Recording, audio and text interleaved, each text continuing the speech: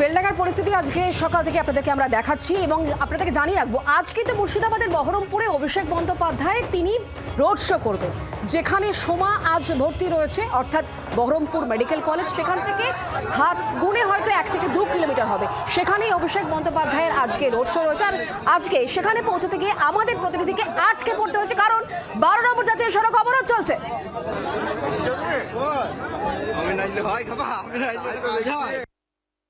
গতকালের পর আজকেও বেলডাঙ্গাতে পরিস্থিতি এক।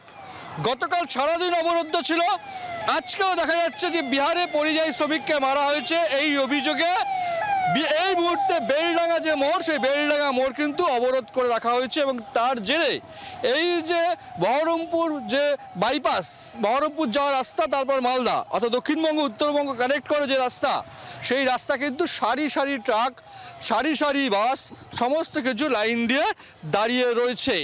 যে অবরোধ চলছে, অনেকক্ষণ ধরে এই অবরোধ চলছে, সেই অবরোধ কখন উঠবে, কিভাবে উঠবে কারোর জানা নেই। সুতরাং প্রচুর ব্যক্তিগত গাড়ি যারা বিভিন্ন কাজে বাইরে বেরিয়েছেন তারা যেমন আটকে রয়েছেন, পণ্যবাহী গাড়ি তার সেই গাড়িও কিন্তু এই মুহূর্তে বেলডাঙ্গা ঢোকার মুখে দাঁড়িয়ে রয়েছে। প্রায় বেলডাঙ্গা থেকে 5-7 কিলোমিটার রাস্তা পুরোটাই এই মুহূর্তে অবরোধের মুখে। এই অবরোধ কখন উঠবে, কিভাবে উঠবে, কারা তুলবে, সেই প্রশ্নের কোনো উত্তর নেই। গতকালে বেলডাঙ্গার যা পরিস্থিতি লক্ষ্য করা গেছিল, আজকেও কিন্তু বেলডাঙ্গাতে সেই একই পরিস্থিতির ছবি সামনে আসছে।